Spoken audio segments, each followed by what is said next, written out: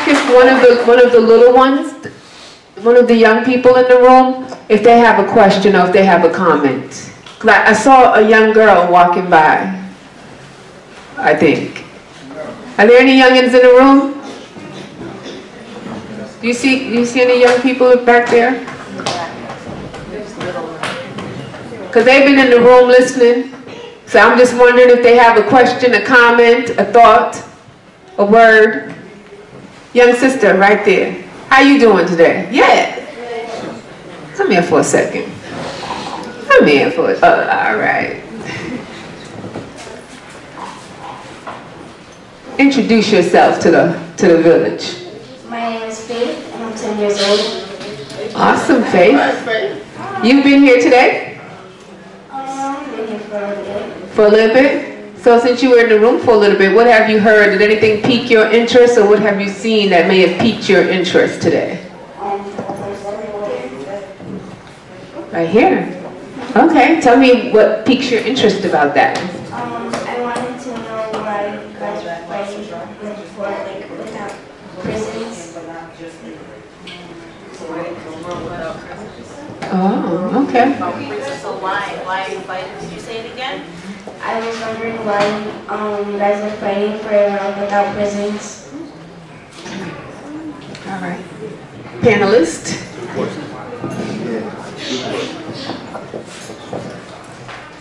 That is a very good question. Because prisons are really not for people.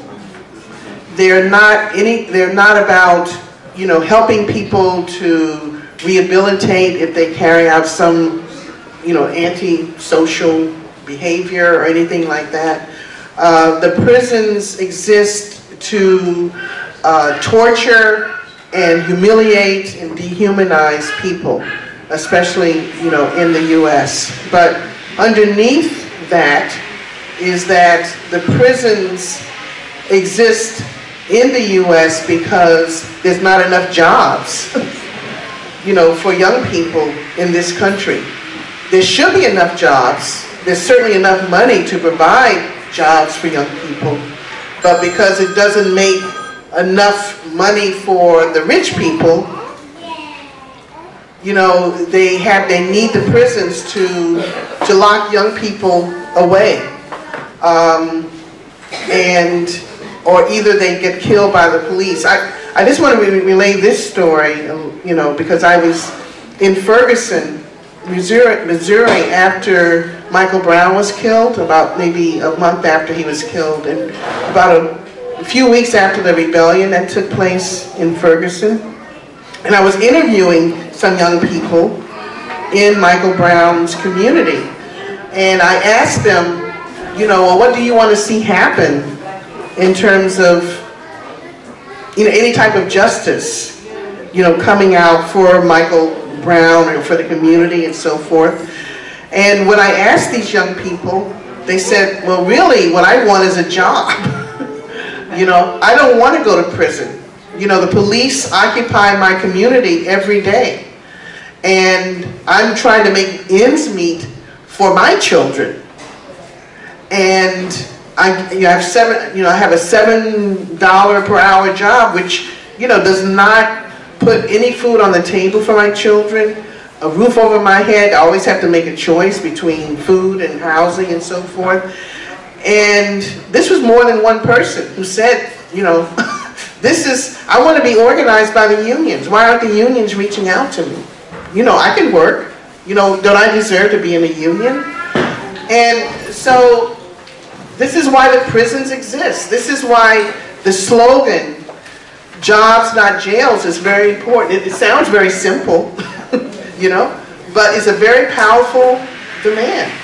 Jobs not jails, because people want to be connected. They want to be connected to each other. And I wanted to say this about, you know, the issue, just briefly, the question that you asked about, you know, the armed struggle and so forth. It's very difficult to carry out that type of revolution if you don't have mass support. You have to have mass support for any type of revolution in society, you cannot be isolated. You don't want to be isolated from the masses. And it's not to say that the masses will be all participating, you know, in terms of an armed struggle. But you have to have some type of mass base of support. I mean, the masses have to understand, you know, what you're doing.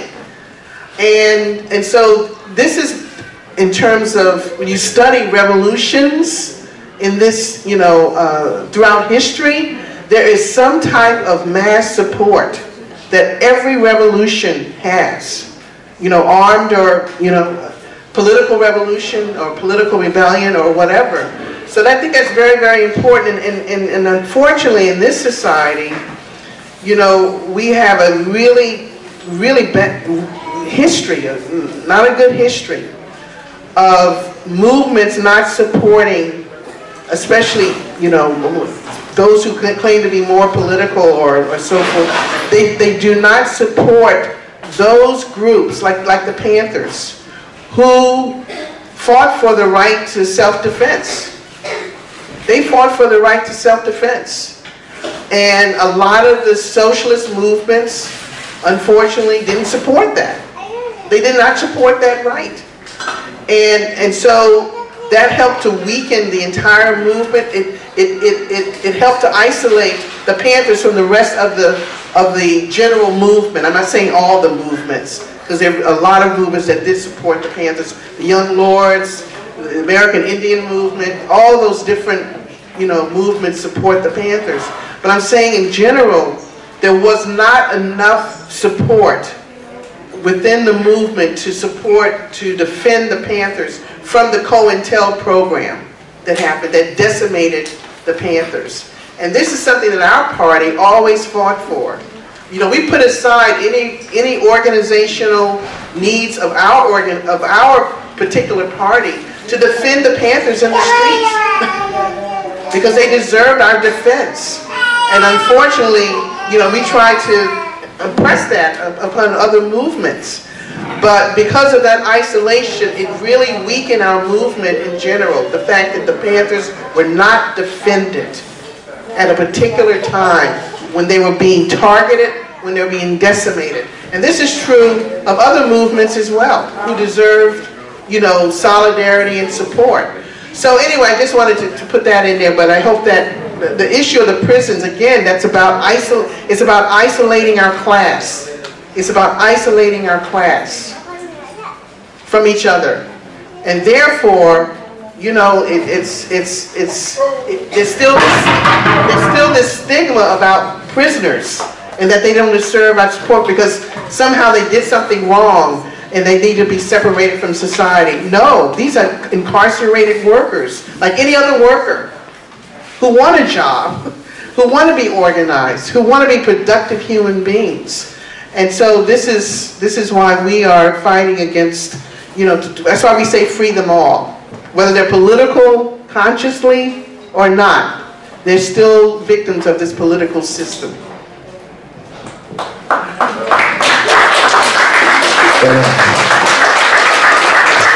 Faith, right? Faith, how old are you, sister? 10? Good, great question. It's a lot of words, like, okay, like the term uhuru, that means freedom in Swahili. It's not a term, it's a lot of words that you can relate back to from African people. There's no word, there's no concept, there's no African word for jail. That was foreign to us. And I know a lot of times we hear about prison and we told that, you know, when people do bad, they gotta go get locked up, they gotta go to jail, so on and so forth. But kind of like doing, okay, slavery, like chattel, you ever heard chattel slavery before? Come on, Faith, talk to me. Come on a little bit. Come on a little bit.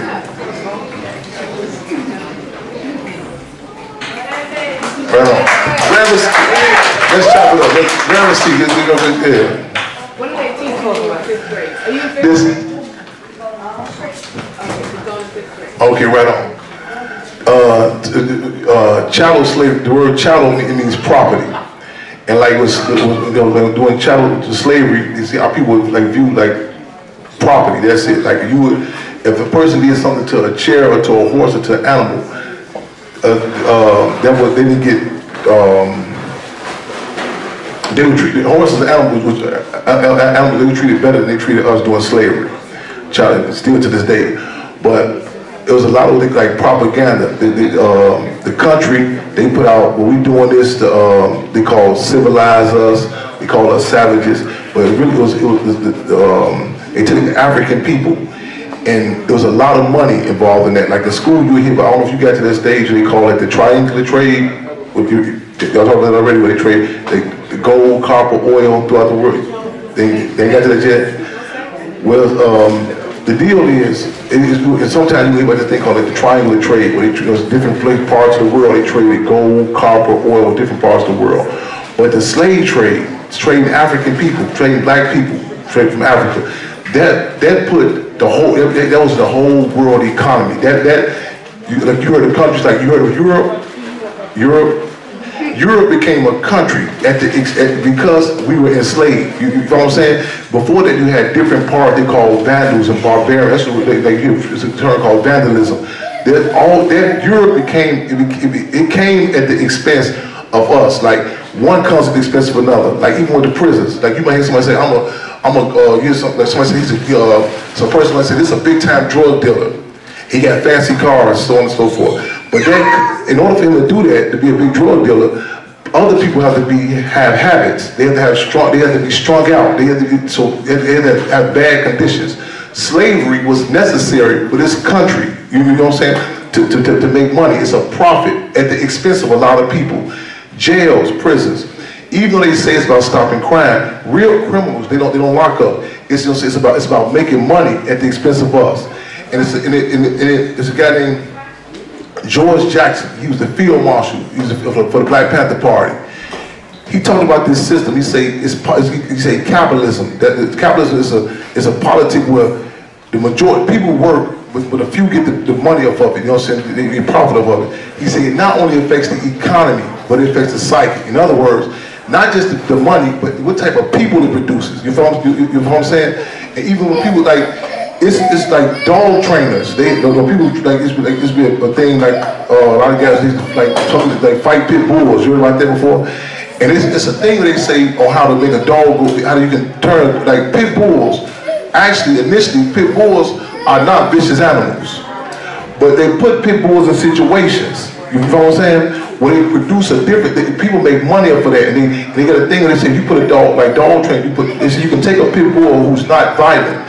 But they say how to make them cuckoo. They say you put them in the closet for 3 days, locked in, and cut all the lights off. And then when you release him, the pit bull is going to go at the other pit bull. He wasn't born this way. You know what I'm saying? Someone who's making money, they need him to be violent. You know what I'm saying? So they put him in a condition to go out and fight other pit bulls. And you look on them like them dog channels, and people go say the dogs. Sometimes you say, well, how can the dog cats walk in there and the pit bulls will be up to them, but they'll fight each other? Our people, they put us in situations, you know what I'm saying? So somebody else can profit off it, to make money at the expense of it. And jail is a major thing. And it's like, and not only people make money, but it turns us to a different type of people, stuff that we would never do. You know what I'm saying? And so when I know people, the TV shows say, well, the crime is so bad, so on and so forth, and we can't build our own situations. That's not the case. Like, even, like say the street lights go out, the traffic lights go out. Our people, we have a history. We can start, we figure out ways how to work it out. You know what I'm saying? We start directing traffic, we start dealing with situations. It's like, and during the 60s, they call it the Black Power movement in the 60s, when the Black Panther Party and other organizations was out there. The government say it was a record low, what they call black on black crime. Because we were able to deal with our own situations. You know what I'm saying? When we have problems with each other, we can deal with it. You know what I'm saying? When people do something bad, we got people not to go deal with those issues. But the people who make money up for us, they need us to be fighting amongst each other. You know what I'm saying? I'm in Chicago, and I know you probably tell the news all the time, somebody killed somebody in Chicago, but they don't want us, the people who can really stop the crime, to go out there and deal with it. Because that stops a lot of money. You ever see this guy on boxing shows? He get like a funny style hat. His name is Don King. He's a boxer. He makes money of people fighting each other. He's a boxing promoter. And when the fighters, if they don't want to fight each other, he'll go like instigate it. You know, people instigate a fight, and he gets the place where they can fight, and he gets paid off of that, of them fighting each other. You know what I'm saying? So he needs them to fight each other. You know, so even if the fight is not selling. So this is a system that needs us to be in jail. You know, it's not to stop crime, and they're going to keep on going and send us in and over. We want a system we know we can deal with our own issues, and we able to do that. You feel what I'm saying? Right on. Right on. Right on. Right on. Right on. You're good. You're Afro Plus too. Yeah. You ever heard you probably know it's Baby D? Lady of Rage. Afro, it's a song. Lady of Rage. Check it out. Rough and tough in my That's before the time. When you check out Lady of Rage. She's one. Lady of Rage. She did the song with Afro Puffs. You know what I'm saying? Check out. She's in our organization. Her name is Robin Allen. Lady of Rage. All right. But when you get a chance, check it out. You do right on your Afro Puffs. All right. And beautiful question. You're a beautiful little sister. Right on. So much love. Can I just have her say, Faith, I just want to say one more, because have they taught you about Abraham Lincoln yet in school? So this is one of the things I'm gonna give you an assignment, right? And this is Marco right here. He's got the school, with the stuff they don't teach you at the school you go to. Marco is teaching in the community. And we're gonna tell your family, the people in your village, to let you come through and connect with Marco here. Because one of the things that they didn't teach you, they teach you that, what did they tell you that Abraham Lincoln did? He freed the slaves, right? When you study and read for yourself, you will find out that there's a part that he said that you're free unless you are in prison, right? The teacher didn't tell you about that part, right? So I'm gonna give you an assignment. Is that the 13th Amendment, comrades? 13th Amendment, okay? And before you go, I want to give you a couple of books, right? And we're going to give you some buttons, and you're going to go back to school on the first day of school. Chairman, you got to give her the button, because this cub is here, and she's going to school. And you're going to go to school on that first day of school with that button. If they parent in the village, whoever's little girl this is, I don't mean to overstep. But if it's possible for Miss Faith to have her button on, and you let them know as you go through, this is not an accessory. It's because you sat in the presence of the chairman, Miss Monica Morehead, who ran for president 2 times. 3 times. And you'll hear the name Assata. She's actually met Assata Shakur. So you're going to say, I don't want to write about this one and that one. Teacher, I met some other people that I want to write about. I want to write about Fred Hampton. I want to write about Assata Shakur. And I want to write about Faith, because this is what Faith learned, right? Because what's the chant that the children of the Panthers used to get up every day when they would come together, and they would say that chant, right? The young warriors, right? We're going to get it for you, so that you can have that mantra for yourself as you're home in your room and you're studying and you're reading and you're listening, that you know that you are a revolutionary. You're a warrior.